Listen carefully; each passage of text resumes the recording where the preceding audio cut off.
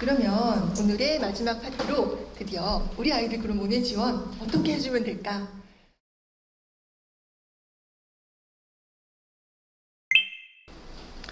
읽어주실 때는 아이를 꼭 끼워서 책을 고르시라는 거. 그래서 이거는 서점에 갈 때나 도서관에 갈 때도 마찬가지고요.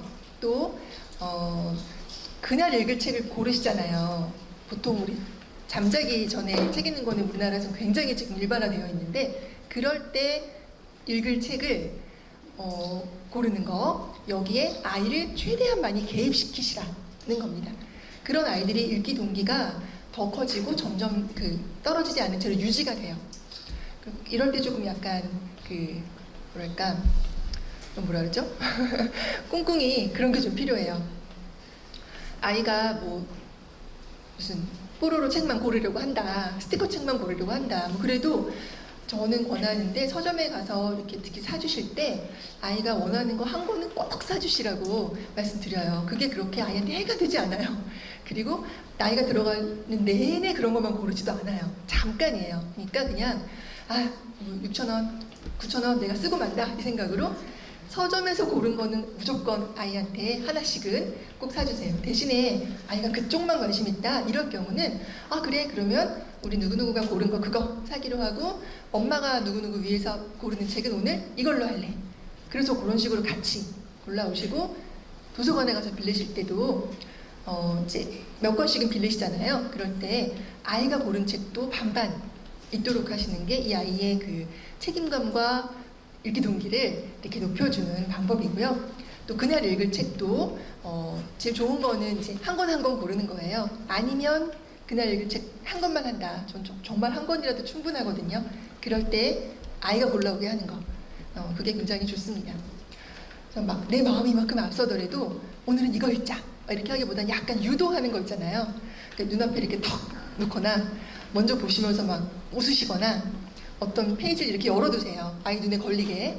그런 식으로 해서 그날 읽을 책으로 하는 건 괜찮은데, 매일같이 부모님이 오늘은 이거, 내일은 이거 이런 식으로 하면은 끝까지 아이가 따라오기는 조금 어려울 수도 있어요. 그럼 다 아시는 거, 표지나 속지까지도 활용할 수 있다라는 거고요. 그 다음에 글만 읽어주시는데 그림을 보는 시간도 충분히 가지시는 것이 아이의 흥미를 높이기도 하지만 아이의 템포에 맞출 수도 있고, 정말 중요한 거 한 가지는 아이의 이해력을 높여주는 아주 좋은 방법입니다. 이때 이제 비주얼 리터러시라는 것도 있고요. 아이들이 이야기를 이해하는 능력이 중요한데 그 부분이 그림에서 커요.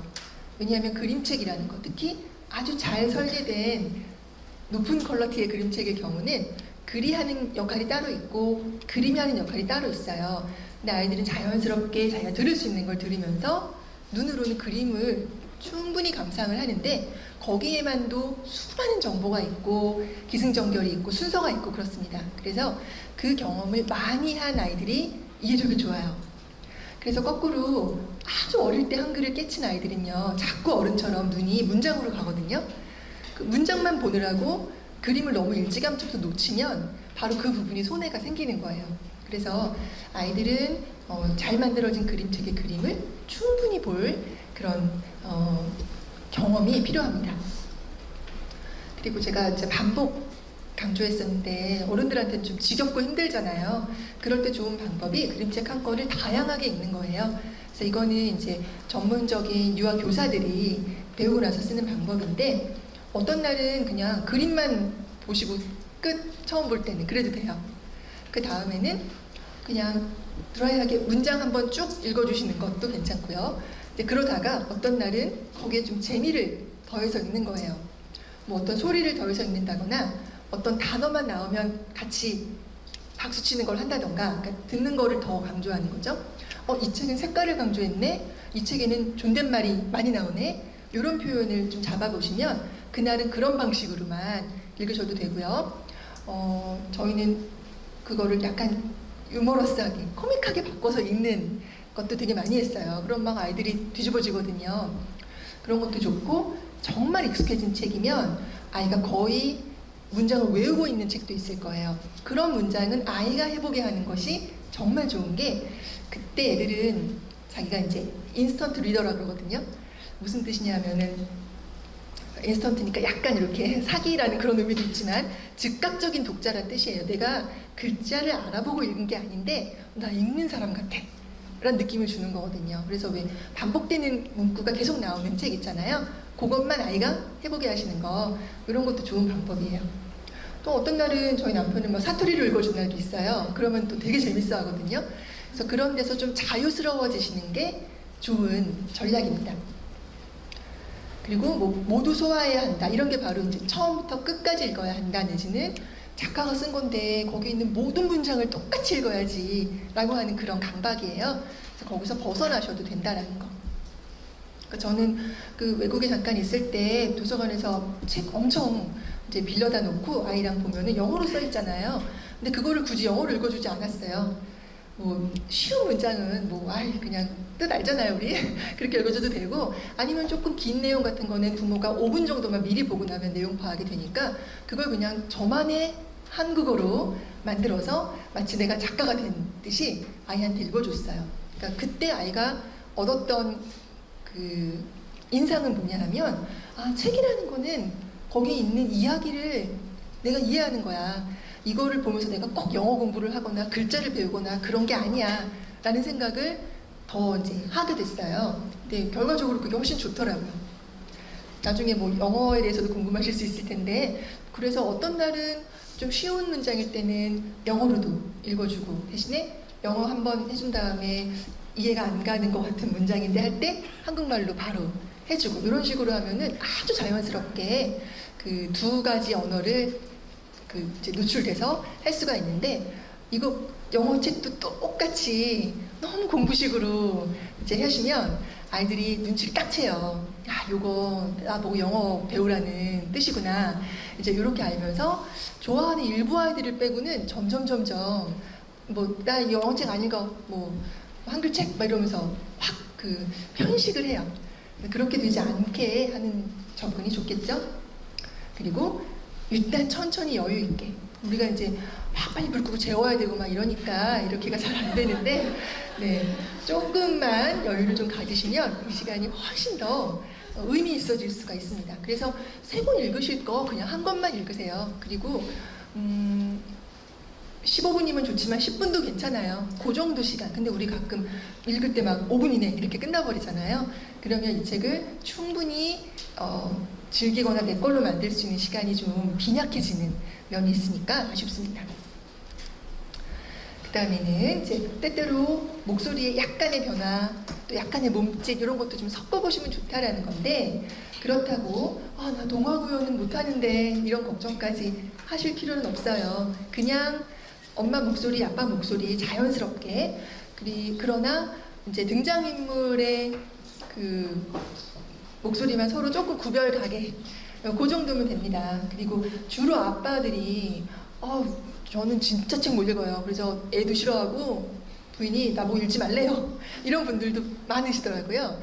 근데 그런 걱정이 되시면 진짜 한 5분만 미리 보시고 나서 이야기의 구조를 좀 파악하시고, 내가 내 앞에 있는 아이한테 이 문장을 말로 해주겠다, 그러니까 대화하듯이 하겠다라고 하면 그렇게 소위 말하는 국어책 읽기처럼 안 되거든요.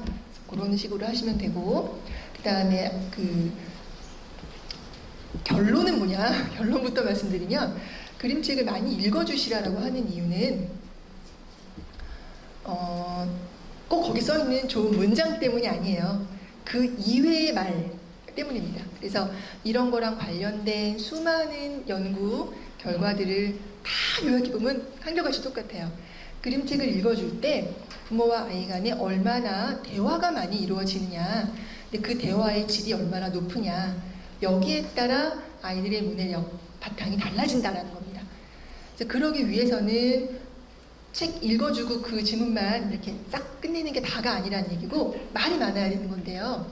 그러기 위해서 쓸 수 있는 것이 일단 아이의 경험이죠.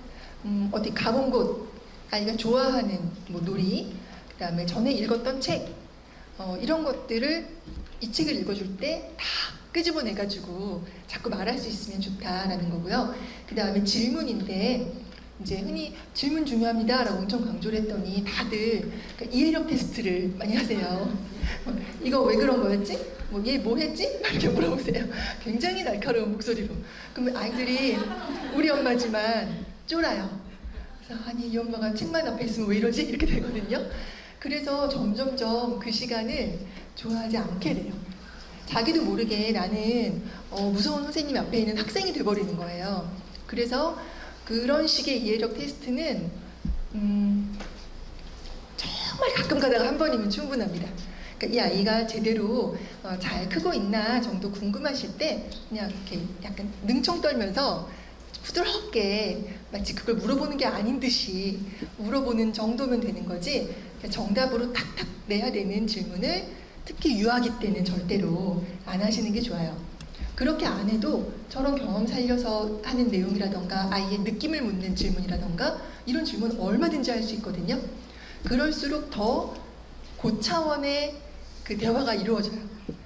그리고 저희가 뭐 문해력 계속 오늘 강조를 하는데 더 중요한 건 뭐냐 하면요. 생각하는 힘이에요.